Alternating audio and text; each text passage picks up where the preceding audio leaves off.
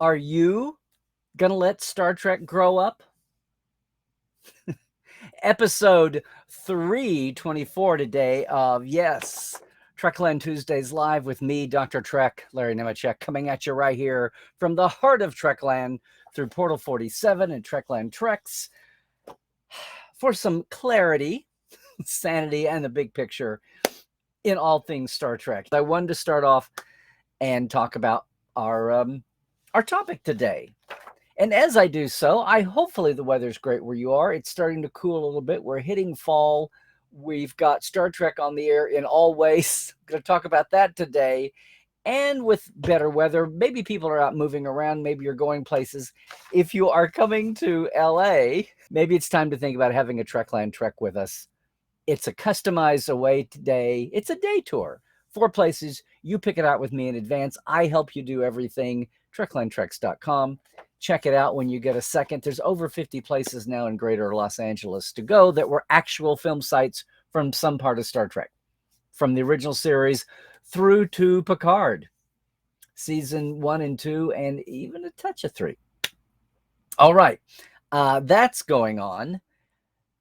We've got Lower Decks unspooling every week. I'm thinking it's pretty much hitting a high bar, watching everybody talk about that. I will talk about Lower Decks as I've done every week on Second Opinion, Dr. Trek's Second Opinion.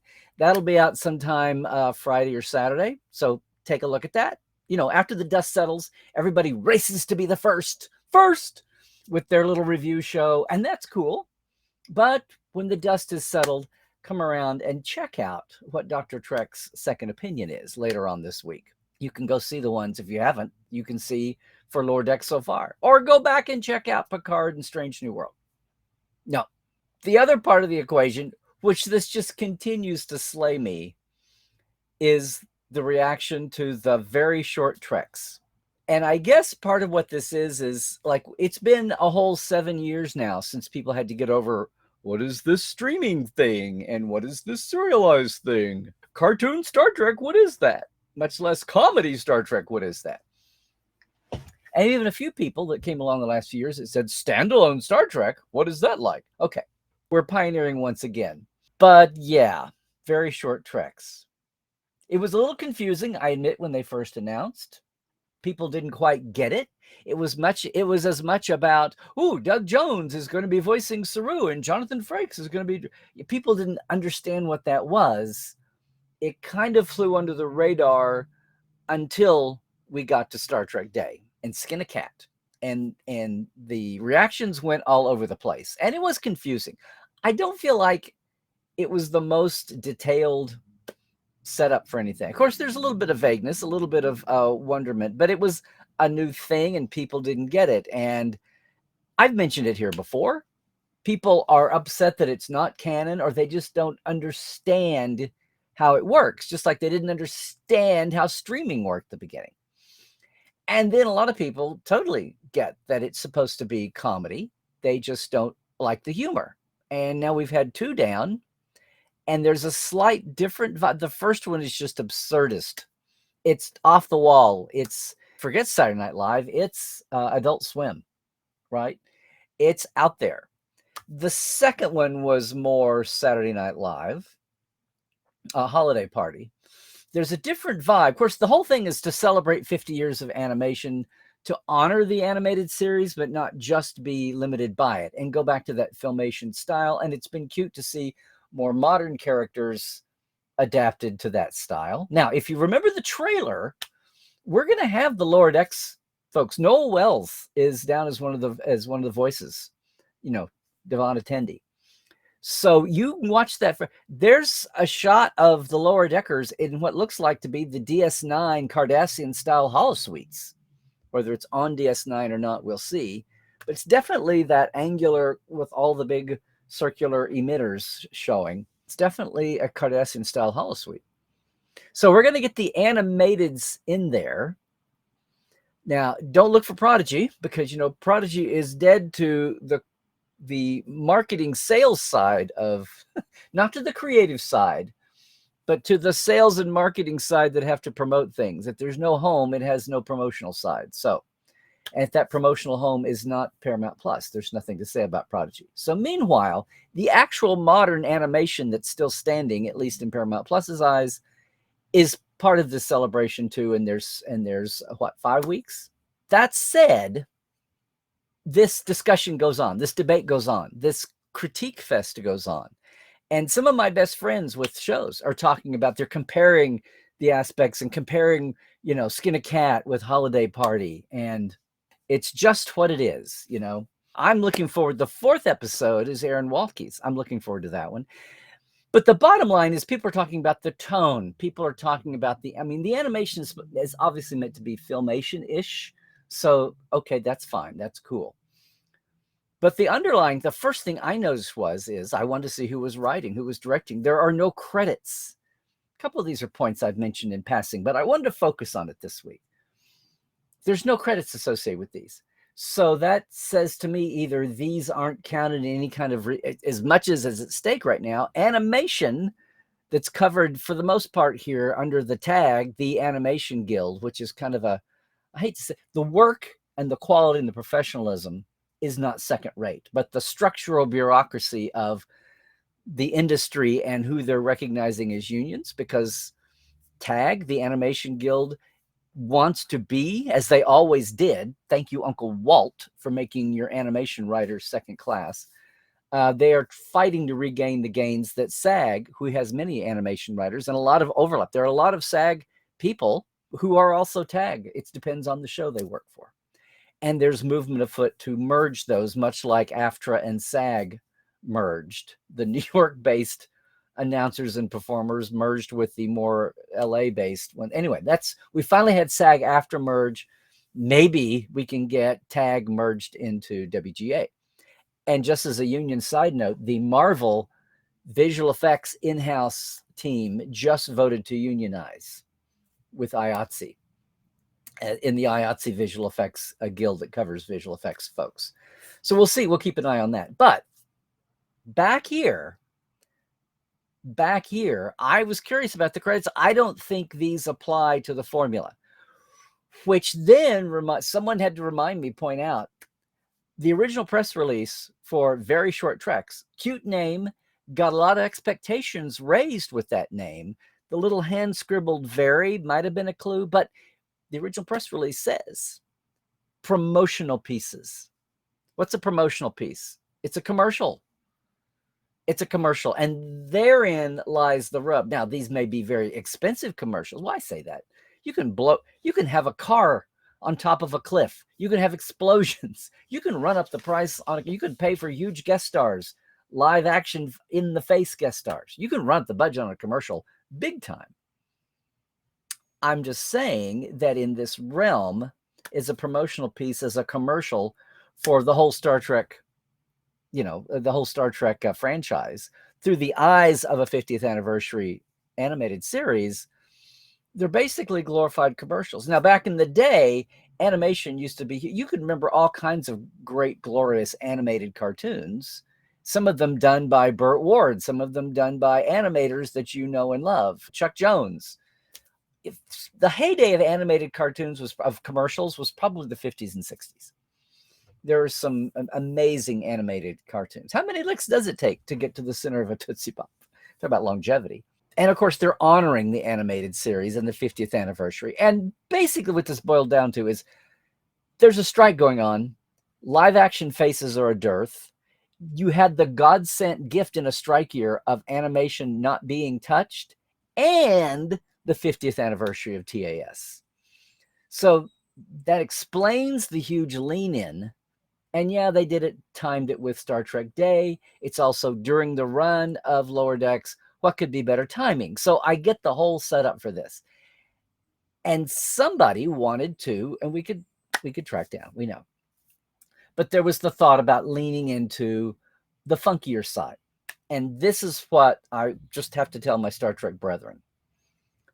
I've heard several people say, this is just like a Saturday Night Live skit. This is just like a Saturday Night Live skit. Well, plenty of Saturday Night Live skits are not near this boundary pushing, this absurdist, this, Python on steroids.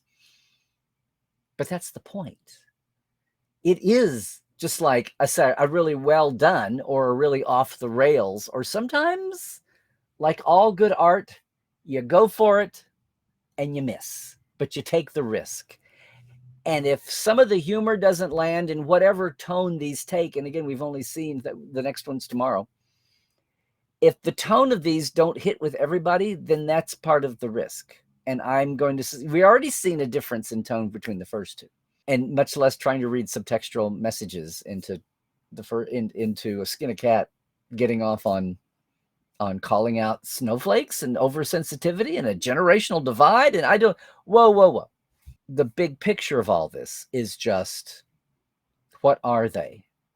Number one, they're not meant to be canon.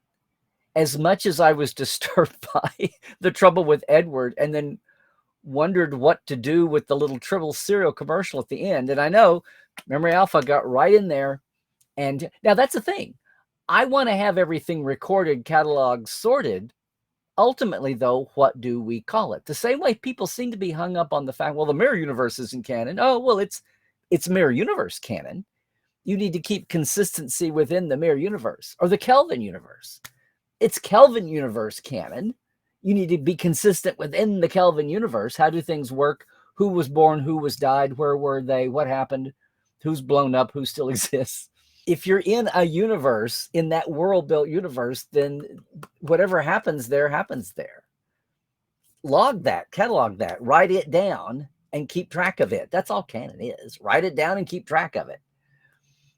And then tag it so you can go back and find it, so you can compare and contrast. Now, if you want to compare and contrast the mirror universe, the Kelvin universe, the Klingon war universe from Enterprise, whatever, the Doctor's, multi-universe perspective on that planet in the Delta Quadrant from his backup copy. Whatever you're doing, write it down and tag it now.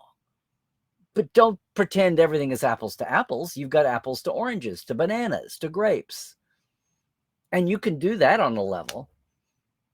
That's what the Tribble cereal commercial was. I don't know, maybe that's an adjacent mirror universe in between the mirror universe and Prime, where they kill Tribbles for cereal. I mean, but it's absurdism. It's a comedy. No, it's not a Saturday Night Live sketch. That's what it's not like a Saturday Night Live sketch. It is.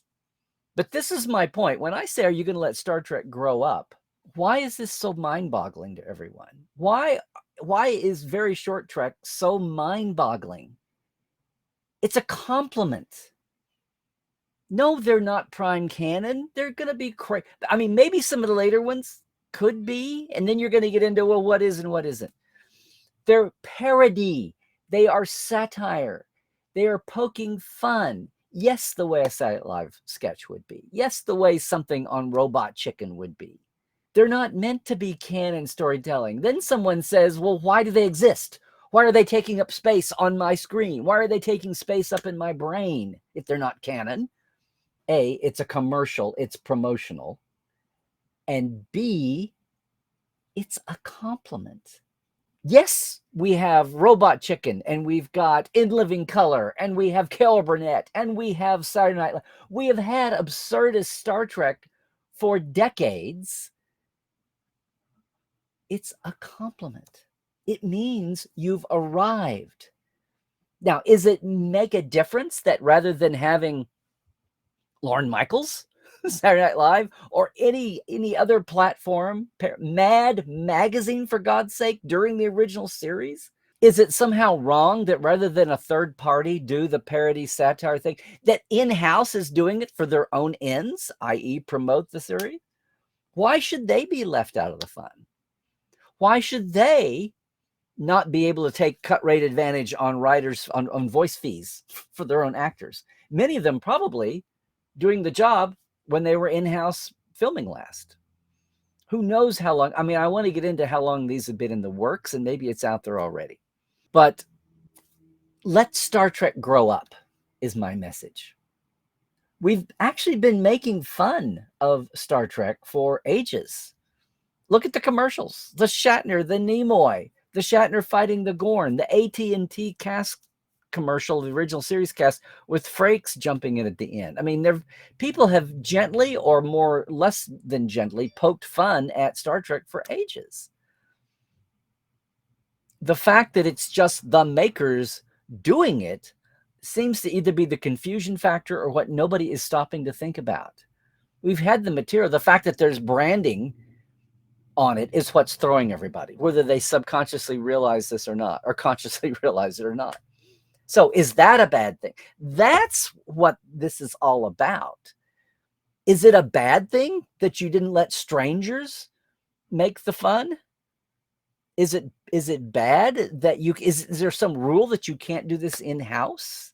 Now, Star Trek is one of the granddaddy franchises in the whole world of us talking about franchises.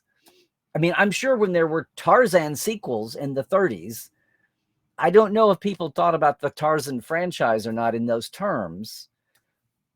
Star Trek, when the reruns took off, and I remembered reading in TV Guide Teletype, where Nick Mancuso at Paramount talked about Star Trek being Paramount's family jewels. That's kind of the first time I remember here, but then I was a kid. So I don't know about the conceptualizing of a franchise and what to do or not to do about it. And you know what? I'm not telling anybody what you can think. Everybody is welcome to their own opinion. I just think the framing of this whole thing, people get so down the rabbit hole about what, and even when people begrudgingly said, oh, Saru is in the wrong uniform. Ha ha ha. It's a takeoff on the animated series accidentally getting wrong uniform colors. Well, that was more than a uniform color. That was over the top. If you're going to make a mistake, let's totally intricately draw and repaint the wrong uniform here for Saru versus everyone else.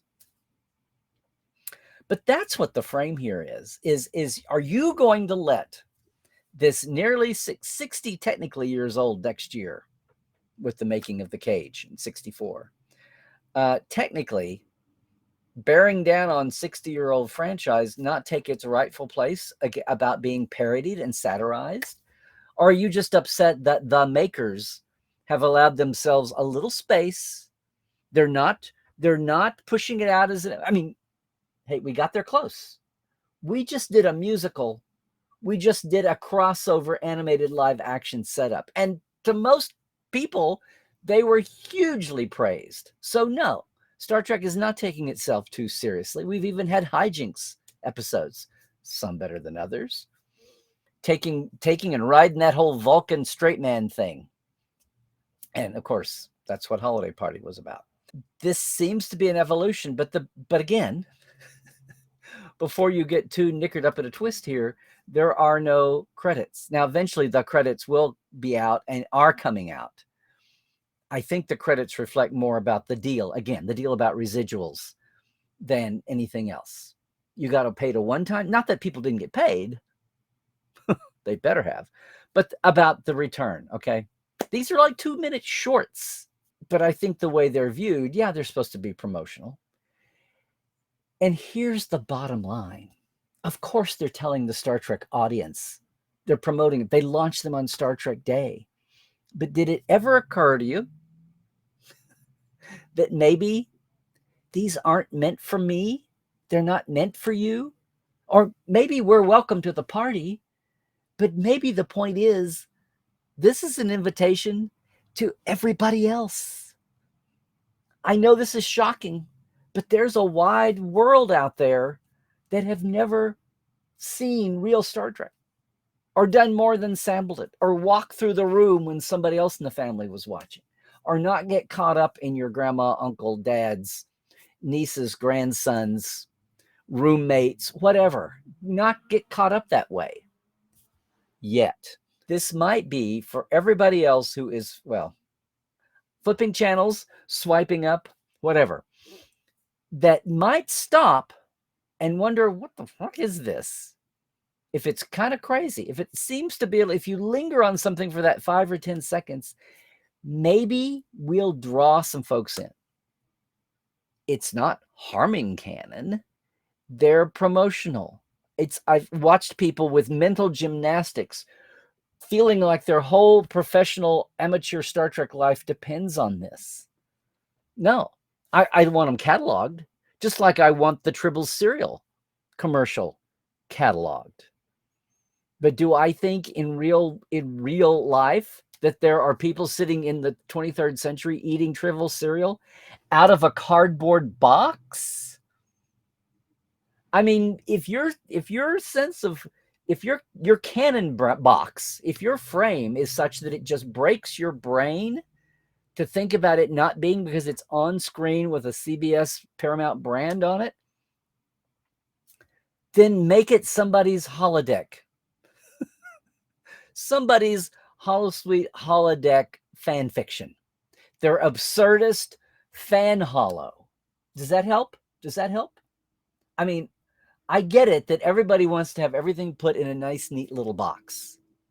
Okay, maybe that's all it is. If it's on screen and says Paramount CBS on it, it's got to be something for real. Hey, I empathize. I go down this rat hole in a lot of ways.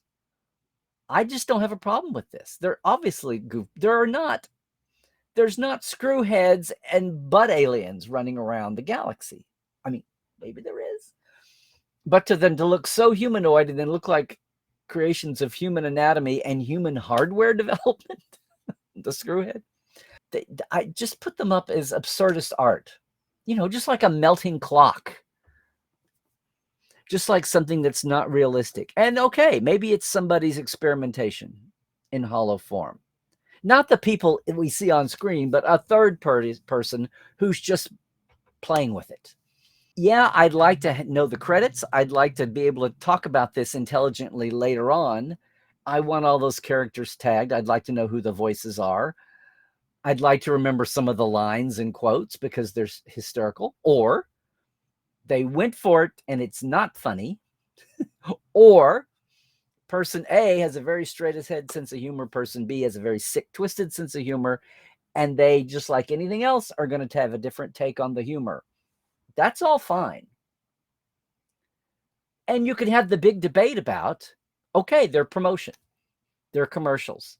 Is this the best way to promote the 50th anniversary? Is this the best creative choice? That's a discussion. Is this the best way to get mundanes to cross over and watch Star Trek using animation? Animation, which may be much less threatening to overwhelm viewers than Star Trek live action. Oh my God, it's 800 hours. I'll never catch up with it, right? Animation can be insidious. So we're just now scratching the surface of this. I think all 5 need to come out. We need to see the range and the tone, and then let the dust settle on this. I wondered at first, after this blew up, should I be doing a second opinion about the very short treks, the whole 2 minutes of them? I feel like it's almost what I'm doing right now is the bigger picture, not what individually happens. But you know what? I may do a second opinion and look at them as a whole once they're all out in the wild. But until then, I'm just going to watch them. Another one will be out in less than 24 hours. Next week is Aaron's, the holosuite all the way down, I believe. So that's what I'm going to do.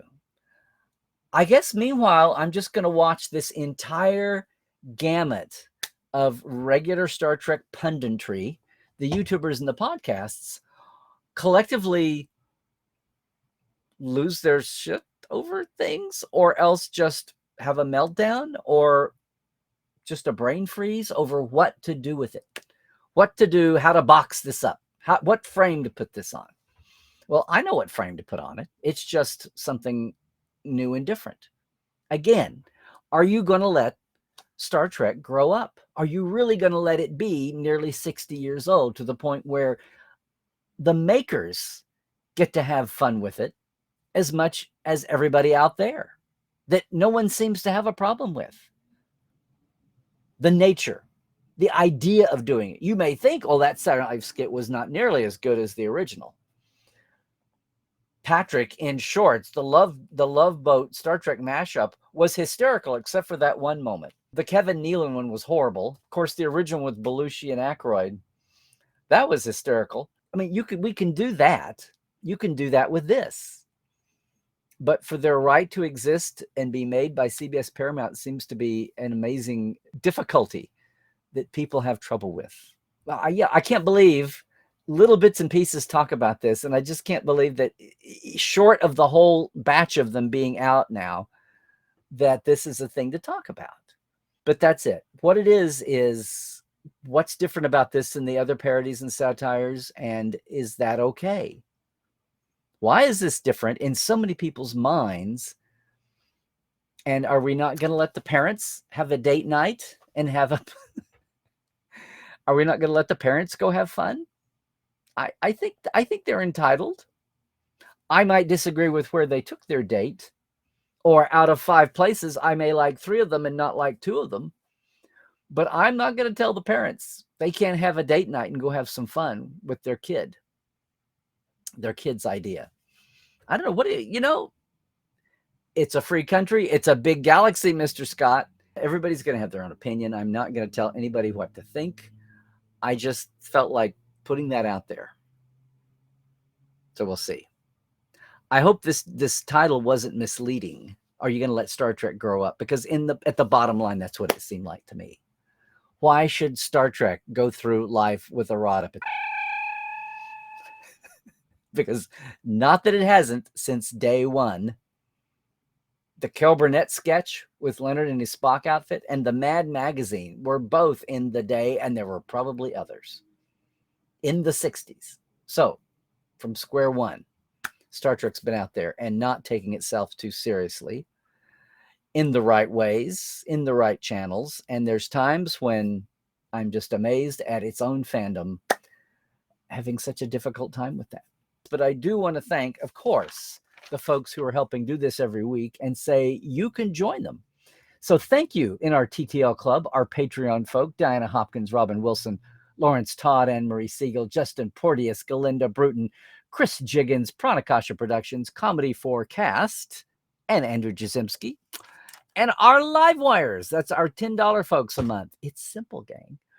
Yeah. So thank you, Robert McLean, Byron Bailey, J.R. Poole, Halbjörn Gunnjonsson, Alan Hohensi, Dave Gregory, Tobias Rex, Danya S. Runyon, and Casey Shafsky. Thank you guys so much, guys and gals and peeps. And if you're curious about this, we're getting down, midway of the month. Once a month, Patreon takes it out. Patreon.com/Trekland Live is mine. $5 and $10. I keep it on a simple level. You can add in more if you appreciate what we do, what the Trekland and what Dr. Trek's point of view is all about. As I say, we try to not be the same-o you get everywhere else online. There's plenty of them. Lots of them are my friends. I don't mean the rest of them are my enemies. The YouTube world is ever expanding, and it's hard to keep up with everybody around the globe.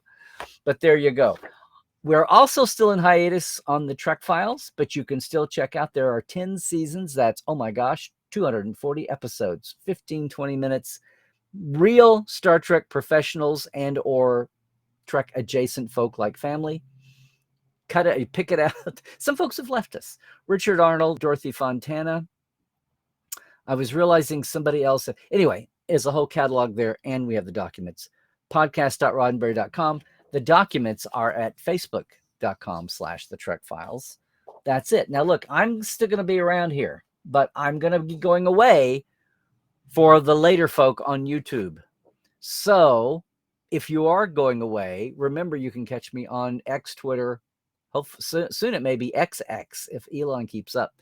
Larry Nemecek there and the other tweet-like sites. Larry Nemecek's Trekland. Yeah. Here on YouTube, like and subscribe it, please, before you go. Also, Facebook and Instagram's fun. Portal47.net is where the action is. That is our mini-con all year long. That is my business of bringing backstage folks and memories and insights and documents to our Portales community. Won't you join us? That's the best way to get in and support things, Trekland.